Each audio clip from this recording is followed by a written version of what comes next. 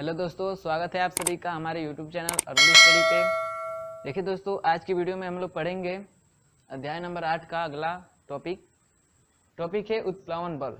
क्या है उत्प्लावन बल? देखिए उत्प्लावन बल क्या होता है।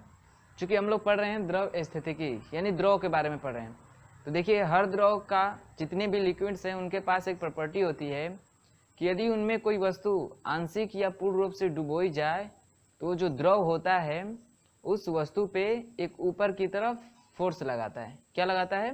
एक फोर्स लगाता है और उसकी डायरेक्शन क्या होती है? ऊपर की तरफ होती है। तो उसी बल को हम लोग क्या बोलते हैं? उत्प्लावन बल। वो क्या बोलते हैं? उत्प्लावन बल। तो क्या बताएंगे उत्प्लावन बल की परिभाषा? कि यह एक द्रव की एक प्रॉपर्टी होती है, गुण होती है, जो खुद में पूर्ण या आंशिक रूप से डूबी हुई वस्तु पर ऊपर की तरफ क्या लगाता है? फोर्स लगाता है। उत्प्लावन बल क्या होता है? उत्प्लावन बल। उसी फोर्स को हम लोग बोलते हैं क्या? उत्प्लावन बल। तो देखिए मान लीजिए कोई द्रव है, उसका द्रव्यमान, उसका आयतन क्या है? कोई द्रव है, उसका आयतन क्या है? आयतन क्या है? V है। घनत्व क्या है? उस द्रव का घनत्व क्या हो? D हो। और उसका द्रव्यमान कितना हो? द्रव्यमान कितना हो? m हो। क्या हो? m हो। तो देखिए जो उत्प्लावन बल होता है, सुनिएगा, जो उत्प्लावन बल होता है, जो वस्तु उस द्रव में डूबती है तो जितने भार को विस्थापित करती है, यानी जितने जल को विस्थापित करती है उसके भार, यानी जितना जल विस्थापित होता है उसके भार के बराबर होता है क्या? ये उत्प्लावन बल। उत्प्लावन बल क्या होता है? जो उत्प्लावन बल होता है, उत्प्लावन बल जो होता है ये किसके बराबर होता है? तो हटाए गए द्रव के भार के बराबर होता है। हटाए गए द्रव के भार के बराबर होता है। मान लीजिए इस वस्तु को किसी जल में या किसी द्रव में डुबो रहे हैं हम, तो ये वस्तु जितने द्रव को हटाएगी उसके भार के बराबर होता है क्या? उत्प्लावन बल। क्या होता है? उतने उसके बराबर होता है किसके? तो हटाए गए द्रव के भार के बराबर होता है क्या? उत्प्लावन बल। तो मान लीजिए उस द्रव का आयतन क्या हो? V हो। घनत्व क्या हो?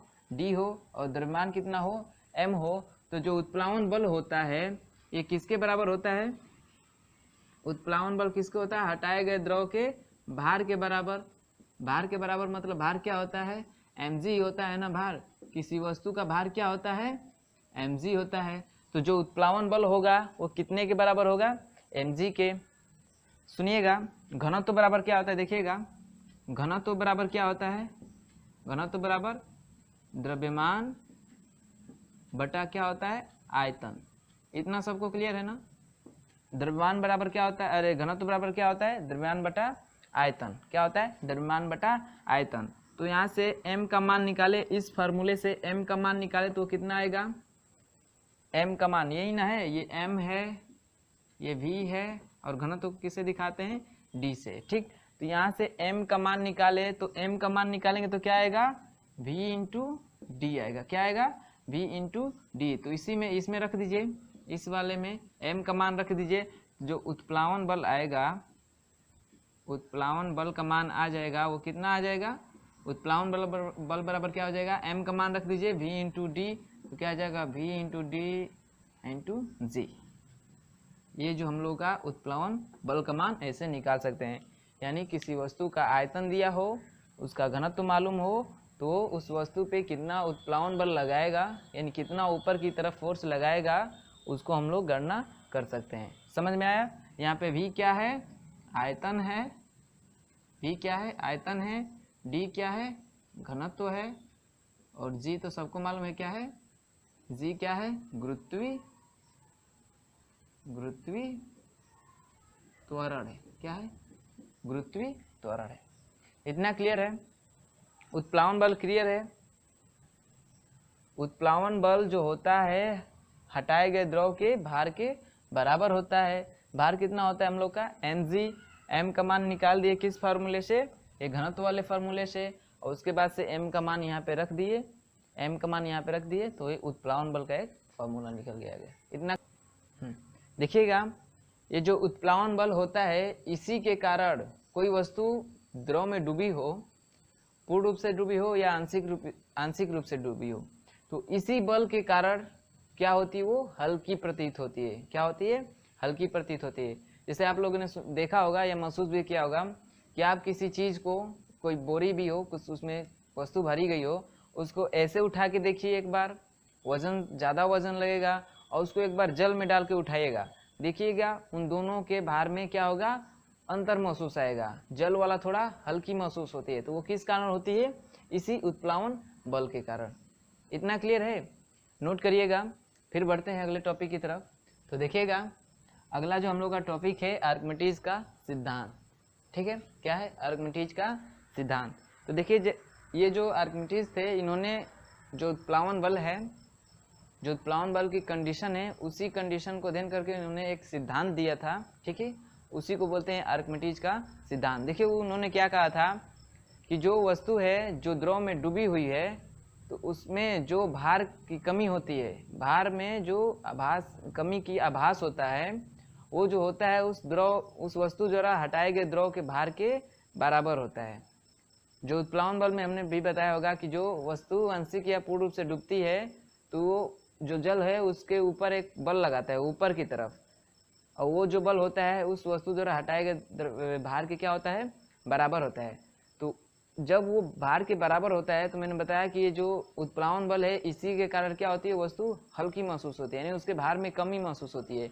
तो उसी पे आर्किमिडीज ने बताया था, यदि कोई वस्तु किसी द्रव में पूर्ण या आंशिक रूप से डूबी हुई हो, तो उसमें जो भार में कमी का आभास होता है, यानी जो भार कम महसूस होता है, वो हटाए गए द्रव के भार के क्या होता है? बराबर होता है। क्या होता है? हटाए गए द्रव के बराबर होता है। यही क्या है? आर्किमिडीज का सिद्धांत। इसी परिमाण को क्या बोला जाता है? आर्किमिडीज का सिद्धांत। ठीक है, क्या बोला जाता है? आर्किमिडीज का सिद्धांत। तो मान लीजिए ये द्रव है, ठीक, आर्किमिडीज को सिद्धांत को समझिएगा। ये कोई द्रव है, इसमें एक वस्तु डूबी हुई है। ठीक, इसमें कोई वस्तु डूबी हुई है, इसका भार मान लेते हैं, इसका द्रव्यमान मान लेते हैं m। n द्रव्यमान की वस्तु क्या है? इसमें डूबी हुई है, और इसका घनत्व क्या है? इसका घनत्व क्या है? d है। ये इसका घनत्व क्या है? d है। वस्तु का घनत्व क्या है? d है। और इस द्रव्यमान का घनत्व क्या है? इस द्रव का घनत्व क्या है? रो है। क्या है? रो है। ठीक, और इसका आयतन क्या है? इसका आयतन मान लेते हैं, इस द्रव का आयतन क्या है? v है। ठीक, क्या है? v है। एक m द्रव्यमान की वस्तु जिसका घनत्व क्या हो? d हो, वो v आयतन वाले और रो घनत्व वाले द्रव में क्या है? डूबी हुई है। तो इसके भार में कितनी आभासी होगी, माने कितने भार में कमी होगी? आभासी भार को हम लोग ज्ञात करेंगे किसके नियम से? आर्किमिडीज के सिद्धांत के नियम से। ठीक, तो जो आर्किमिडीज का सिद्धांत का नियम था कि जो भार में कमी होता है वो हटाए गए द्रव के भार के बराबर होता है। यानी जो भार में कमी होगा, जो भार में कमी होगा, वो किसके बराबर होगा भाई? हटाए गए भार के बराबर। अरे हटाए गए द्रव के भार के बराबर, यानी उत्प्लावन बल के बराबर। किसके बराबर? उत्प्लावन बल के बराबर। भाई उत्प्लावन बल के कारण ना जो वस्तु होती है हल्की महसूस होती है द्रव में। ठीक, उत्प्लावन बल के बराबर होगा। क्या? भार में जो कमी महसूस होगा वो किसके बराबर होगा? उत्प्लावन बल के बराबर। तो भार में कमी क्या हो जाएगी? तो भार में कमी क्या हो जाएगी? उत्प्लावन बल क्या होता है? mg होता है। क्या होता है? mg। इसको फिर हम लोग आगे बढ़ाए तो क्या आया था? vdg, यही आया था ना, vdg। लेकिन यहाँ पे जो d है ये तो द्रव के लिए था ना, उत्प्लावन बल में द्रव के लिए लिए थे, लेकिन यहाँ पे d जो है यानी जो घनत्व है द्रव का वो क्या है? रो है। तो यहाँ पे d ना लेके क्या लेंगे हम लोग?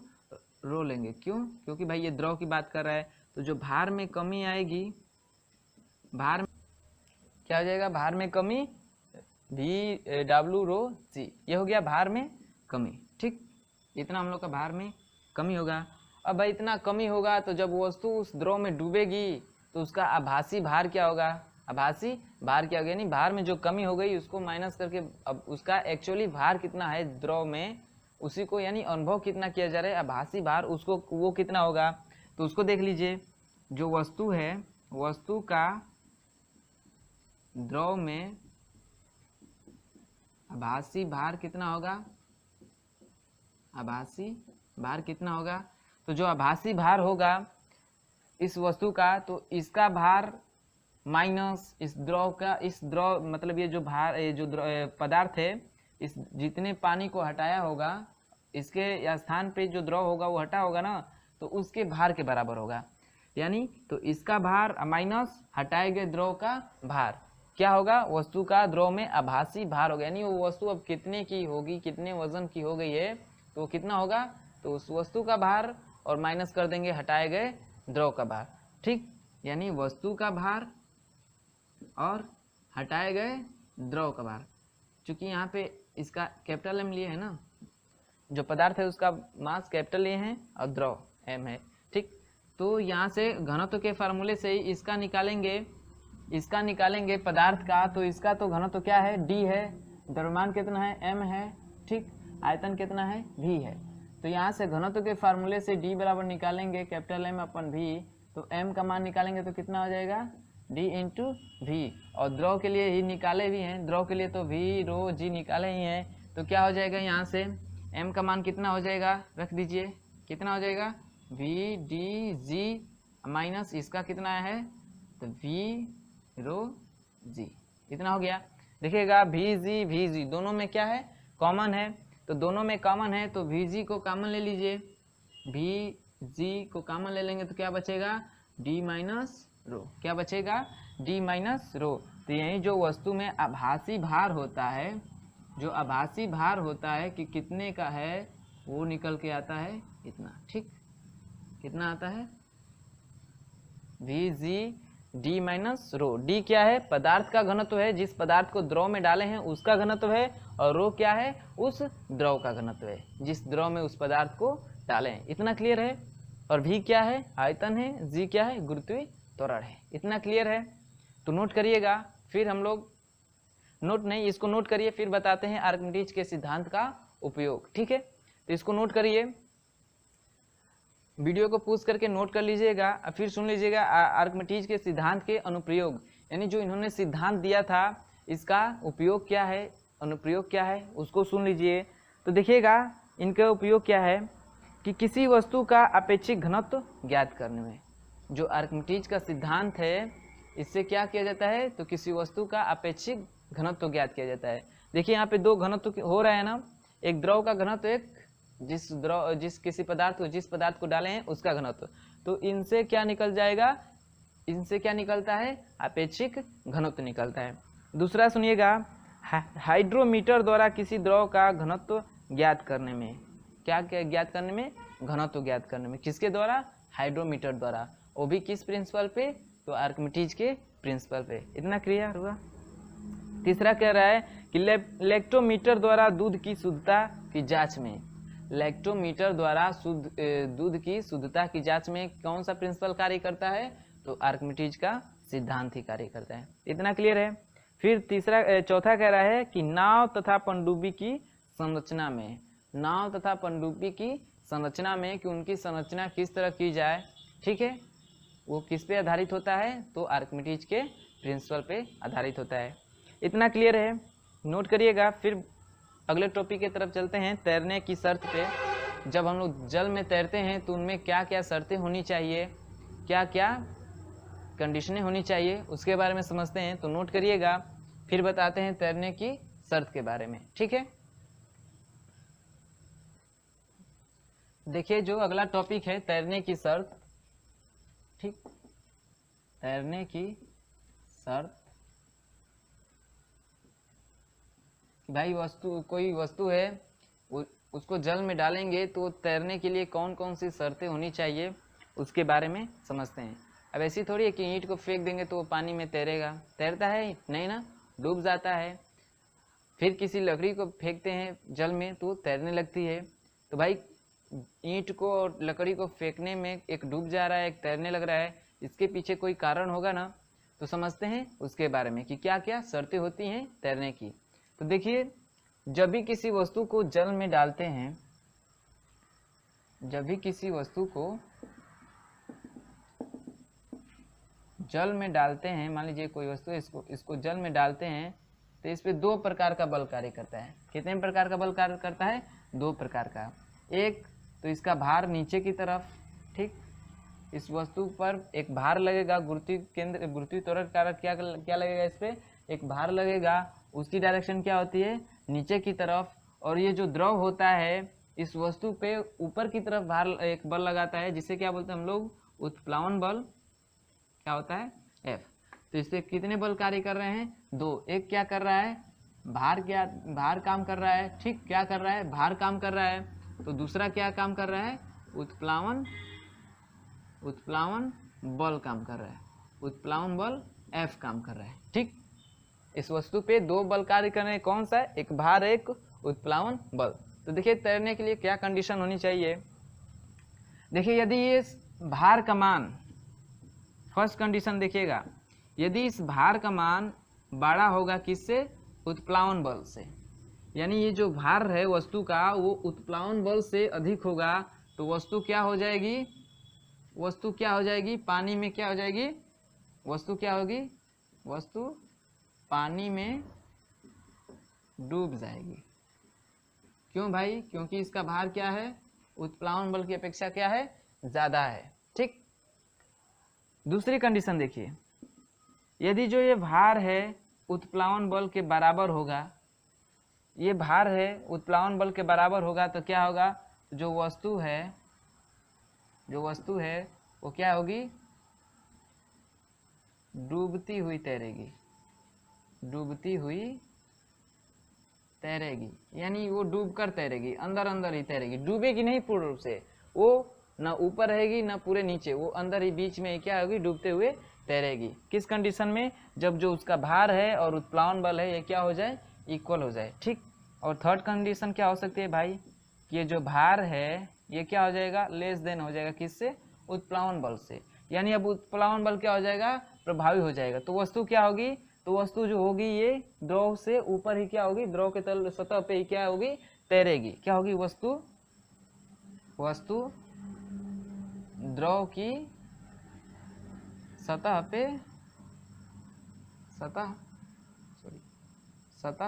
पर क्या होगी? तैरेगी। इतना क्लियर है? यानी जब भार बड़ा होगा उत्प्लावन बल से तो वस्तु क्या होगी? पानी में डूब जाएगी। यदि उसका भार उत्प्लावन बल के बराबर होगा तो वस्तु क्या होगी? डूबती हुई तैरेगी, अंदर अंदर ही क्या होगी? डूबती हुई तैरेगी। यदि जो उसका भार है उत्प्लावन बल से कम हो जाए, उत्प्लावन बल अधिक हो जाए, तो वस्तु क्या होगी? द्रव की सतह पे क्या करेगी? तैरेगी। कंडीशन देख लीजिए चित्र द्वारा। इसे पहली कंडीशन है, ठीक है। वस्तु क्या है? इसका और इधर से उत्प्लावन बल है, ठीक। तो जब ये इसका मान अधिक होगा और इसका मान कम होगा तो ये वस्तु क्या होगी?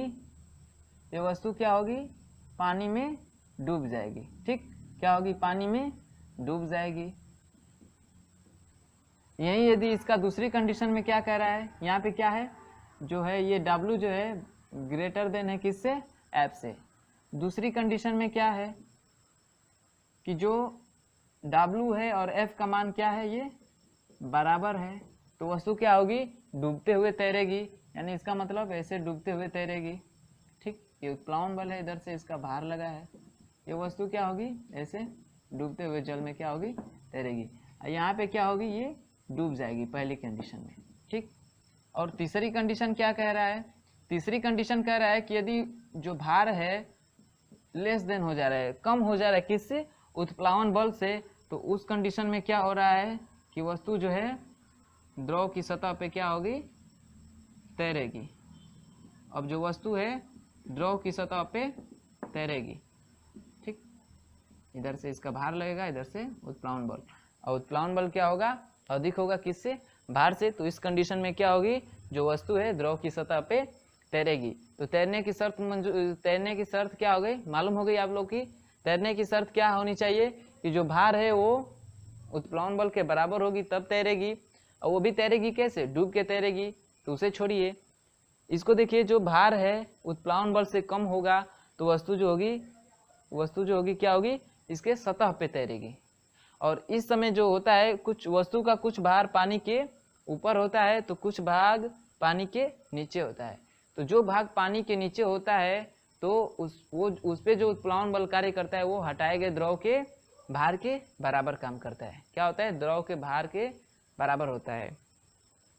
ठीक, इतना क्लियर है। तो तैरने की शर्त सबको मालूम चल गई, क्या क्या होती है, तीन ही शर्त है कि यदि वस्तु का भार अधिक होगा बल से तो वस्तु डूब जाएगी, तैरेगी नहीं। यदि उसका भार उत्प्लावन बल बराबर होगा तो वस्तु डूबते हुए तैरेगी, और उसका यदि भार कम होगा उत्प्लावन बल से तो वस्तु क्या होगी, द्रव की सतह पे क्या होगी, तैरेगी। इतना क्लियर है। फिर इसी में आगे देखिएगा, इसको मिटा दे रहे हैं।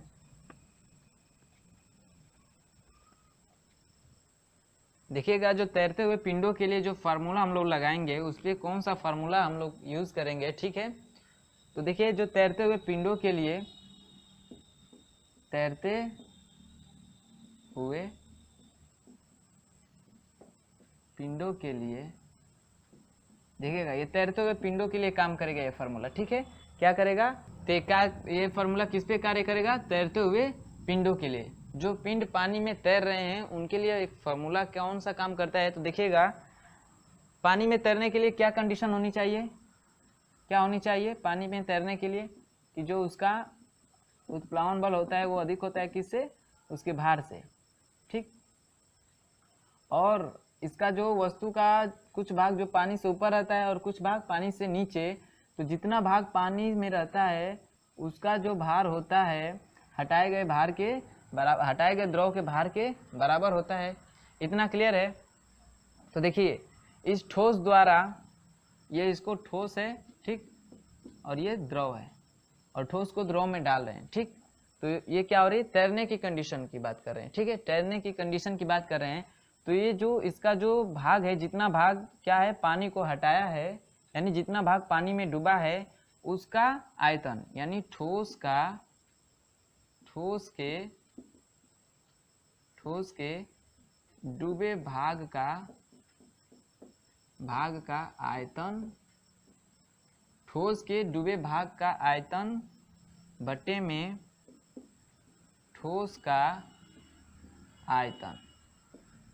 ठोस का आयतन कहने का मतलब इसका टोटल आयतन, यानी वो उसका, उस ठोस का कितना टोटल आयतन है उसका, यानी कुल आयतन। ठीक है, ये कितना है, टोटल की बात करें, कुल आयतन की बात करें, तो ठोस के डूबे भाग का आयतन बटे में ठोस के कुल आयतन का जो अनुपात होता है बराबर होता है किसके, ठोस के घनत्व के, ठोस के घनत्व बटा में किसके, द्रव के घनत्व, द्रव के घनत्व के, किसके बराबर होता है, द्रव के घनत्व के। तब ठोस के डूबे भाग का आयतन निकाले, यहाँ से ठोस के डूबे भाग का आयतन निकाले, डूबे भाग का आयतन,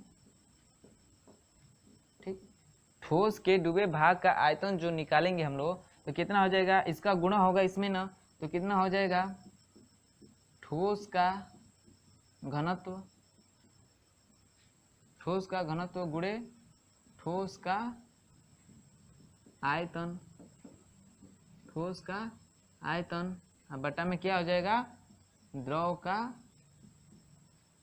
घनत्व, क्या हो जाएगा, द्रव का घनत्व। ठीक, अब ये देखिएगा, यहाँ पे जो ठोस के डूबे भाग का आयतन है वो किसके बराबर हो गया, ठोस का घनत्व गुणे ठोस का आयतन बटे में द्रव का घनत्व। देखिए, ठोस का घनत्व और ठोस का आयतन, डी बराबर क्या होता है, घनत्व बराबर क्या होता है, द्रव्यमान बटे आयतन। ठीक, तो यहाँ से m निकालेंगे तो क्या हो जाएगा, डी गुणे, सॉरी यहाँ पे भी लिख दे रहे हैं, ठीक, आयतन, तो डी भी क्या हो जाएगा, डी इंटू भी हो जाएगा, यानी ठोस की बात कर रहे हैं। ठीक है, ठोस के लिए है उसका घनत्व, द्रव्यमान और आयतन में जो संबंध है, तो यहाँ से द्रव्यमान निकालेंगे तो ठोस का घनत्व गुणे ठोस का आयतन, तो ठोस का घनत्व गुणे ठोस का आयतन के जगह पे क्या लिख सकते हैं, उसका द्रव्यमान, यानी ठोस का द्रव्यमान। तो ठोस के घनत्व तथा ठोस के आयतन के जगह पे क्या लिख सकते हैं, ठोस का द्रव्यमान। तो ये जो ठोस के डूबे भाग का आयतन जो होगा यही किसके बराबर हो जाएगा, किसके बराबर हो जाएगा, तो ठोस का द्रव्यमान अब बटा क्या हो जाएगा, ठोस का द्रव का बटे में क्या बचा है, द्रव का आयतन, द्रव का क्या हो जाएगा, आयतन, आयतन नहीं घनत्व है, क्या है, घनत्व। तो देखिए फार्मूला क्या निकल के आ गया, ठोस के डूबे भाग का आयतन जो होगा वो किसके बराबर होगा, ठोस का द्रव्यमान बटे द्रव का घनत्व। तो देखिए कितने आपके ये 3 फार्मूले निकल गए, ठोस के डूबे भाग का आयतन बटे ठोस का कुल आयतन, ठोस का घनत्व बटे ठोस का द्रव का घनत्व। देखिए इसमें से कोई भी चीजें दी हूँ, जितनी भी पूछे इसमें से 3 चीजें दी हुई तो एक चीजें निकाल सकते हैं, या यदि डूबे भाग का आयतन निकालना है, ठोस का घनत्व और ठोस का आयतन दिया हो और द्रव का घनत्व दिया हो तो डूबे भाग का आयतन निकाल सकते हैं, या डूबे भाग का आयतन निकालने के लिए यदि ठोस का द्रव्यमान दे दिया हो और द्रव का घनत्व दिया हो तभी निकाल सकते हैं। ठीक है, तो ये फॉर्मूला नोट करिएगा। फिर इसमें एक कंडीशन देख लीजिए, और कंडीशन नहीं इसके लिए फार्मूला देख लीजिए।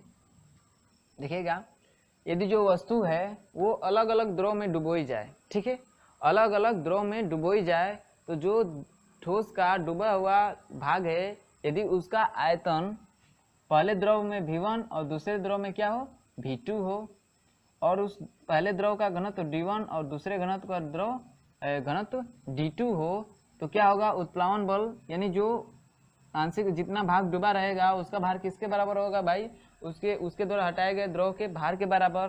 तो मान लीजिए पहले वाले द्रव में उसका भार कितना होगा, हटे गए पानी का भार कितना होगा, तो V1 D1 इंटू जी, इतना ही भार जितना हटाएगा उतना ही दूसरे द्रव में भी हटाएगा तो उसके बराबर होगा, यानी उस द्रव का भार कितना हो जाएगा, तो V2 D2 इंटू जी। ठीक, तो देखिए यहाँ से जी तो कैंसिल हो जाएगा, तो V1 D1 बराबर क्या आ जाएगा, V2 D2। तो V1 अपान D1 में संबंध निकालें, V1 और V2 में, तो ये क्या हो जाएगा, D2 अपान D1, क्या निकल के आ गया, V1 अपान V2 जो होगा D1 अपान D2 के D2 अपान D1 के बराबर होगा। इतना क्लियर है, नोट करिएगा इसको। ये कब के लिए है, यदि वस्तु को अलग अलग द्रव में डुबाया जा रहा है तो उस वस्तु का डूबे हुए भाग का आयतन क्या हो, V1 और V2 हो, और उन दोनों द्रवों का आयतन क्रमशः D1 और D2 हो, तो क्या होगा, जो V1 D1 जी है यानी जो उत्प्लावन बल है दोनों में वो तो बराबर होगा, तो इससे जो आयतन और उनके घनत्व हैं उनमें संबंध क्या होता है, तो ये निकाले हैं, देख लीजिएगा। ठीक है, संबंध ये होता है। इतना क्लियर है, नोट करिएगा। उसके बाद से हम लोग पढ़ते हैं हिम सेल के बारे में। ठीक है, हिम सेल के बारे में यानी बर्फ की चट्टान के बारे में पढ़ते हैं, नोट करिएगा इसको। तो देखिएगा अगला टॉपिक है हिम सेल। क्या है, हिम सेल। देखिएगा हिम सेल होता क्या है, हिम सेल होता क्या है, इसको बोलते हैं आइसबर्ग। ठीक, क्या बोलते हैं, आइसबर्ग। तो देखिए हिम सेल क्या होता है, तो समुद्र में जो ग्लेशियर से बर्फ के बड़े बड़े टुकड़े गिर के क्या होते हैं, तैरते रहते हैं।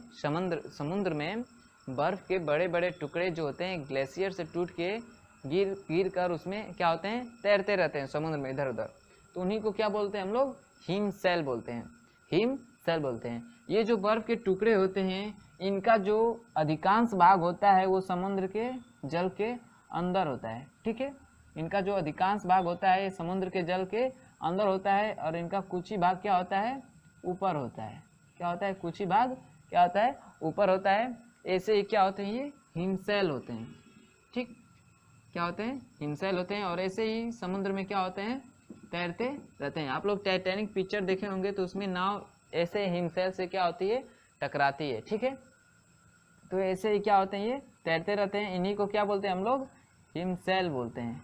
ठीक, ऐसे कई बर्फ के टुकड़े होंगे जो क्या होंगे, समुद्र में तैरते रहते हैं, और इन्हीं को क्या बोलते हैं हम लोग, हिमसेल बोलते हैं। ठीक, क्या बोलते हैं, हिमसेल बोलते हैं। इतना क्लियर है। देखिए इनका जो कुछ भाग है ऊपर है, कुछ भाग क्या है, नीचे है, तो इससे कौन सा फॉर्मूला काम करेगा भाई, ये तैर रहे तो तैरते हुए पिंडों के जो तैरते हुए यानी पीछे जो टॉपिक पढ़े हैं तैरते हुए पिंडों के लिए जो फार्मूला निकालते हैं वही फार्मूला काम करेगा। तो देखिएगा यहाँ पे निकालेंगे तो इस बर्फ का जो डूबा हुआ भाग है इसका जो आयतन होगा बटा इस बर्फ का कुल आयतन होगा वो बराबर होगा किसके, तो बर्फ का द्रव्यमान बर्फ के घनत्व और द्रव के घनत्व के। यही फार्मूला था ना। फिर उसको और आगे बढ़ा के कुछ और निकाले थे। ठीक, तो चलिए इसको देखते हैं। यहाँ से क्या हो जाएगा, तो बर्फ के डूबे भाग का आयतन बटा में किसके और क्या होगा, तो बर्फ का कुल आयतन बराबर होगा किसके, तो बर्फ के घनत्व और बटा समुद्र के यानी जो द्रव है द्रव के घनत्व। ठीक, जो बर्फ के डूबे भाग का आयतन होगा बटा द्रव का कुल आयतन होगा, ये बराबर होगा किसके, बर्फ के घनत्व और द्रव के घनत्व के अनुपात के बराबर। यहाँ पे अपेक्षिक घनत्व भी ले सकते हैं, ये बराबर होता है किसके, यानी ये जो यही पोर्शन है इसके बराबर होता है, या अपेक्षिक घनत्व, यहाँ पे घनत्व की जगह पे अपेक्षिक घनत्व भी ले सकते हैं। तो क्या हो जाएगा, बर्फ का अपेक्षिक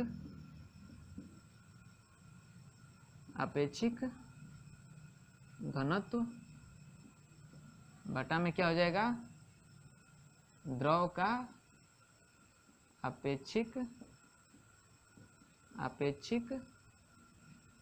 घनत्व।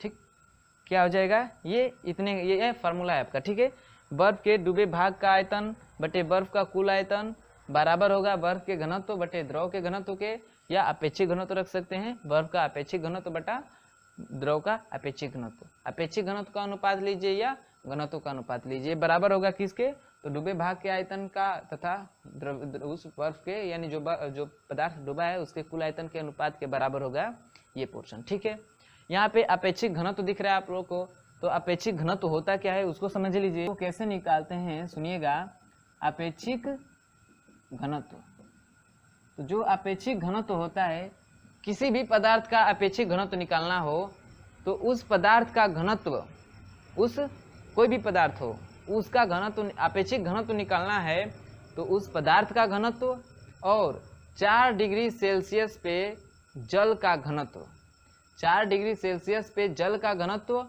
और पदार्थ का घनत्व, इन्हीं के अनुपात को क्या बोलते हैं, अपेक्षिक घनत्व। मान लीजिए जिस पदार्थ का भी निकालना हो, यानी कोई भी पदार्थ हो उस पदार्थ का अपेक्षिक घनत्व निकालना हो, तो वो बराबर होता है किसके, तो पदार्थ के घनत्व, शॉर्ट में लिख रहे हैं, ठीक, जगह उधर दिखेगा नहीं इसलिए, पदार्थ के घनत्व बटे में 4 डिग्री सेल्सियस पर जल का घनत्व। ठीक, जो अपेक्षिक घनत्व होगा वो पदार्थ के घनत्व, जिस पदार्थ का अपेक्षिक घनत्व निकालना होगा उसका घनत्व अब बटा में 4 डिग्री सेल्सियस पे द्रव का घनत्व, इसी का अनुपात जो होता है अपेक्षिक घनत्व के, यानी उसी के अनुपात को हम लोग बोलते हैं अपेक्षिक अनुपात। अपेक्षिक अनुपात क्लियर हुआ। या यहाँ पे 4 डिग्री सेल्सियस पे घनत्व न लेकर एक और लिख सकते हैं, क्या, ये जो अपेक्षिक घनत्व होता है यही जो बराबर होता है पदार्थ का भार बटा में उसी जिस पदार्थ का निकालना है अपेक्षिक घनत्व उसी के समान आयतन का एक भार ले लेंगे, समान आयतन के द्रव का भार। क्या हो जाएगा, समान आयतन के द्रव का भार। द्रव में क्या होगा, तो जल ही होगा। ठीक, क्या होगा, जल। तो आप पदार्थ का अपेक्षिक घनत्व निकालने के लिए पदार्थ का घनत्व और बटा में 4 डिग्री सेल्सियस पे जल का घनत्व का अनुपात करके निकाल सकते हैं, या पदार्थ का भार और बटा में उसी के समान आयतन का, जिस पदार्थ का निकालना है उसके समान आयतन का जल का भार लिख सकते हैं। उसके समान आयतन का जल का भार के अनुपात से हम लोग क्या निकाल सकते हैं, पदार्थ का अपेक्षिक घनत्व। इतना क्लियर है तो नोट करिएगा, फिर आगे बताते हैं। देखिएगा जो अपेक्षिक घनत्व निकल के आया इतना आया, फिर भी और अपेक्षिक घनत्व कैसे कैसे निकाल सकते हैं, किन किन कंडीशनों में निकालते हैं उसको भी देख लीजिए। अपेक्षिक घनत्व के कई फार्मूले हैं, उनको नोट कर दे रहा हूँ मैं। देखिए इतना तो हो ही गया। फिर होता है वस्तु का जो अपेक्षिक घनत्व होता है, वस्तु का घनत्व बटे जल का घनत्व के बराबर होता है। ठीक, तो जो अपेक्षिक वस्तु का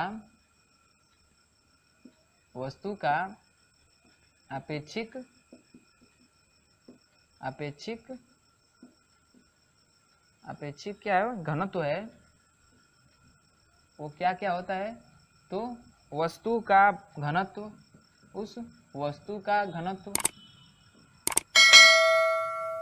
बटे में वस्तु का जल का घनत्व, क्या है, जल का घनत्व। इससे निकल सकता है क्या हम लोग का अपेक्षिक घनत्व। या दूसरा एक और फार्मूला है क्या, उसको देखिए। दूसरा है कि वस्तु का जो अपेक्षिक घनत्व होता है, सेम है ठीक, वस्तु का जो अपेक्षिक घनत्व होता है वो क्या आता है, तो वस्तु का वायु में भार, यानी वस्तु का वायु में भार कितना है, वस्तु का वायु में भार बटा में वस्तु में जल में वस्तु के भार में कमी। यानी जिस वस्तु का अपेक्षिक घनत्व निकालना है, एक बार उसको ऐसे वायु में रख के उसका भार कितना होगा खुले में, फिर उसको द्रव में डुबोएंगे तो उसमें जो क्या होता है, वस्तु के भार में जो कमी आती है उसके अनुपात के, तो क्या हो गया, जल में वस्तु के भार में कमी, इन दोनों का अनुपात निकालेंगे तभी क्या निकलेगा हम लोग का अपेक्षिक घनत्व। और फार्मूला देखिए अपेक्षिक घनत्व के लिए, तो जो अपेक्षिक घनत्व होता है ये बराबर होता है किसके, तो वस्तु का वायु में भार, वस्तु का वायु में भार गुणे द्रव का अपेक्षिक घनत्व, द्रव का अपेक्षिक घनत्व। कैसे निकालेंगे द्रव का अपेक्षिक घनत्व, 4 डिग्री सेल्सियस पे द्रव का घनत्व और उसका घनत्व, जो द्रव का कितना घनत्व होता है और उस 4 डिग्री सेल्सियस पे कितना घनत्व होता है उसका अनुपात निकालेंगे तो द्रव का अपेक्षिक घनत्व हो जाएगा। इसके पूरे का बटा होता है क्या, तो द्रव में वस्तु के भार में कमी। ठीक, जल में या द्रव में वस्तु के भार में कमी, इससे भी क्या निकालते हैं हम लोग अपेक्षिक घनत्व। क्या निकालते हैं, अपेक्षिक घनत्व। फिर कैसे निकलता है अपेक्षिक घनत्व, तो देखिएगा ये लास्ट है। जो द्रव या किसी वस्तु का अपेक्षिक घनत्व निकालना हो तो और कैसे निकाल सकते हैं, तो द्रव में वस्तु के भार में कमी, किसमें, द्रव में वस्तु के भार में कमी। देखिए ये किसका निकालना हो, द्रव का निकालना हो। यदि द्रव का अपेक्षिक घनत्व निकालना हो, द्रव का अपेक्षिक घनत्व निकालना हो तो द्रव में वस्तु के भार में कमी, वस्तु के भार में कमी पूरे का बटा जल में वस्तु के भार में कमी। तो इतने से निकलते हैं क्या हम लोग के अपेक्षिक घनत्व। क्या क्या होता है भाई, अपेक्षिक घनत्व क्लियर हो गया। अपेक्षिक घनत्व कैसे करते हैं, तो किसी पदार्थ का अपेक्षिक घनत्व उस पदार्थ के घनत्व और 4 डिग्री सेल्सियस जल के घनत्व के अनुपात के बराबर होता है। क्या, अपेक्षिक घनत्व। और अपेक्षिक घनत्व की क्या क्या बातें हैं, कैसे निकाल सकते हैं, तो वस्तु का अपेक्षिक घनत्व निकालना हो तो वस्तु का घनत्व बटे में जल का घनत्व, फिर वस्तु का घनत्व निकालना हो तो वस्तु का वायु में भार और जल में वस्तु के भार में कमी के अनुपात से निकाल सकते हैं क्या, अपेक्षिक घनत्व। या वस्तु का अपेक्षिक घनत्व निकालना हो तो वस्तु का वायु में भार और गुणे द्रव का अपेक्षिक घनत्व और बटे में जल में वस्तु के भार में कमी। इससे भी निकाल सकते हैं क्या, अपेक्षिक घनत्व। ये फार्मूले इसलिए हैं कि यदि आपको न्यूमेरिकल्स मिले और ये चीज़ें मिले, अपेक्षिक घनत्व पूछे, तो इनमें से जो चीज़ें दी हुई हैं और अपेक्षिक घनत्व पूछा है क्या क्या दिया हो, तो इनमें से जो चीज़ें दी होंगी उसके अनुसार हम लोग फार्मूला लगा के अपेक्षिक घनत्व निकाल सकते हैं, इसलिए इसे लिखे हैं। ठीक है, फिर जो द्रव का अपेक्षिक घनत्व निकालना हो तो द्रव में वस्तु के भार में कमी और जल में वस्तु के भार में कमी के अनुपात से क्या निकाल सकते हैं, द्रव का अपेक्षिक घनत्व। इतना क्लियर है? इतना क्लियर है तो इसको नोट करिएगा। और फिर एक लास्ट टॉपिक है वायुमंडलीय दाब। क्या है? वायुमंडलीय दाब, उसको समझ लेते हैं। उसके बाद से चैप्टर खत्म होगा तो चलेंगे किस पे, न्यूमेरिकल्स पे। किस पे चलेंगे? इसके न्यूमेरिकल्स पे। और ये खत्म होते ही देखिए पेपर नज़दीक आने वाला है, तो इधर का तो पोर्शन कुछ पढ़ ही लिए हैं। फिर ये लेसन समाप्त होते ही कुछ हम लोग प्रकाश के पढ़ लेंगे। ठीक है, प्रकाश का परिवर्तन अपवर्तन, उसके कुछ यंत्र हैं उनके बारे में पढ़ लेंगे, क्योंकि उनसे भी ज़्यादा क्वेश्चन आते हैं। तो टाइम हम लोग के पास कम है और वैसे भी बहुत कम, 1-2 हफ्ते से पढ़ा ही रहे हैं हम।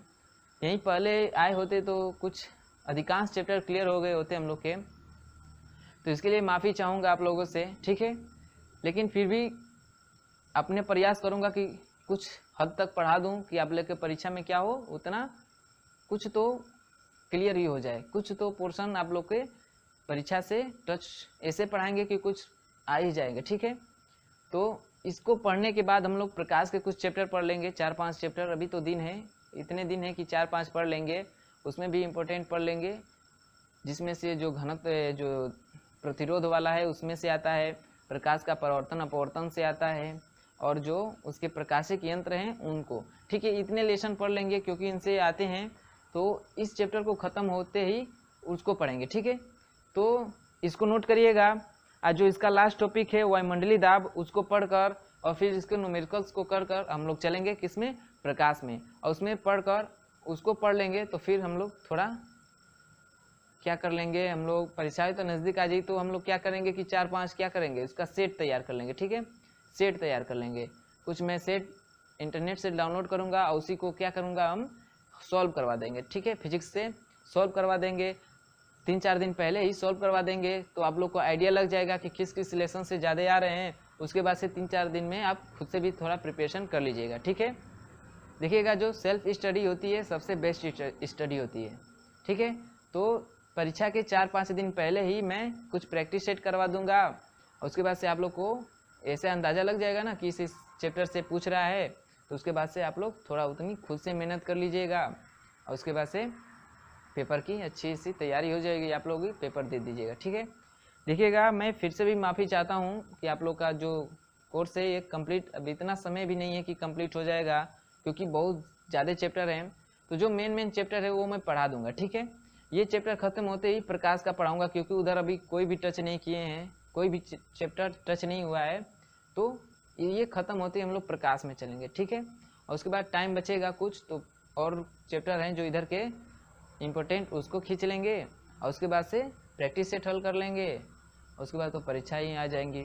तो नोट करिएगा, फिर इसके अगले लास्ट टॉपिक को पढ़ते हैं और ख़त्म करते हैं इस चैप्टर को। तो देखिएगा इस वीडियो का लास्ट टॉपिक वायुमंडलीय दाब। वायुमंडलीय दाब क्या होता है, तो वायुमंडल द्वारा, ठीक है, वायुमंडल द्वारा किसी एकांक क्षेत्रफल पर लगने वाले लंबवत बल को ही क्या बोलते हैं, वायुमंडलीय दाब। वायुमंडलीय दाब क्या होगा, तो वायुमंडल द्वारा, किसके द्वारा, वायुमंडल द्वारा किसी पृष्ठ के एकांक क्षेत्रफल पर लगने वाले लंबवत बल को क्या बोलते हैं, वायुमंडलीय दाब। जो वायुमंडलीय दाब होता है वो 76 सेंटीमीटर ऊंचे पारे के स्तंभ के बराबर होता है। क्या होता है, 76 सेंटीमीटर ऊंचे पारे के स्तंभ के बराबर होता है। आप लोग थर्मामीटर देखे होंगे, या जो डॉक्टरों के पास जो होता है नहीं, मुंह में लगाने के लिए देते हैं, जिसमें पारा भरा होता है, आप लोग देखे होंगे। इस समय तो नहीं चला है, इस समय तो डिजिटल चल रहा है। तो लैब में देखेंगे, अपने स्कूल में या कहीं भी लैब होगा तो उसमें रखा होगा। ठीक है, तो उसमें जो पारा होता है उसमें देखेंगे तो वो 76 सेंटीमीटर पे जाके क्या होता है, रुका होता है। ठीक है, वो क्या होता है, उतना ही क्या होता है, वायुमंडलीय दाब होता है। ठीक। तो जो वायुमंडलीय दाब होता है, वायुमंडलीय जो दाब होता है वो किसके बराबर होता है भाई? तो 76 सेंटीमीटर ऊंचे पारे के स्तंभ के, 76 सेंटीमीटर पारे के स्तंभ के दाब के बराबर। ठीक। जो वायुमंडलीय दाब होता है 76 सेंटीमीटर पारे के स्तंभ के दाब के क्या होता है? बराबर होता है क्या? हम लोग का वायुमंडलीय दाब। क्या होता है? वायुमंडलीय दाब। तो देखिए इसका जो और आगे हल करेंगे तो क्या हो जाएगा? 76 सेंटीमीटर गुणे पारे का स्तंभ का दाब निकालने के लिए क्या हो जाएगा? तो पारे का घनत्व गुणे गुरुत्वीय त्वरण। ठीक। जो वायुमंडलीय दाब होगा वो 76 सेंटीमीटर पारे के स्तंभ के दाब के बराबर होता है। इसको सॉल्व करेंगे, इतने का दाब निकालेंगे तो कितना हो जाएगा? 76 सेंटीमीटर गुणे पारे का घनत्व और गुणे गुरुत्वीय त्वरण। इतना क्लियर है? चलिए इसको और हल करते हैं। तो इसको मीटर सेंटीमीटर में तो मीटर में चेंज कर दीजिए, तो 76 गुणे 10⁻² हो जाएगा। और पारे का घनत्व कितना होता है? तो 13.9 गुणे 10⁻3 और जी का मान कितना होता है? 9.8। कितना होता है? 9.8। इसका गुणा करेंगे। चलिएगा इसका गुणा करते हैं, इसका गुणा करते हैं। तो देखिए गुणा करके दिखाएंगे तो वीडियो का जो होगा लंबा बन जाएगा। तो ऐसे लिख देते हैं। ठीक। बुक से देख कर लिख देते हैं। गुणा करने पर आपका आएगा 1.013 गुणे 10⁻5। तो कितना हो जाएगा? 1.013 गुणे 10⁻5। और दाब का मात्रा क्या होता है? न्यूटन प्रति मीटर स्क्वायर, न्यूटन बटे मीटर स्क्वायर। कैसे भाई? दाब बराबर होता है ना F/A। F का मात्रक न्यूटन और A का मात्रक मीटर स्क्वायर। इसी को क्या बोलते हैं हम लोग? पास्कल बोलते हैं। क्या बोलते हैं? पास्कल। ठीक। क्या बोलते हैं? पास्कल। तो जो वायुमंडलीय दाब होता है 1.013 गुणे 10⁻5 न्यूटन प्रति मीटर स्क्वायर, या इसी को क्या बोल देंगे? 1.013 गुणे 10⁻5 पास्कल। क्या बोल देंगे? पास्कल। इतना क्या होता है हम लोग का? वायुमंडलीय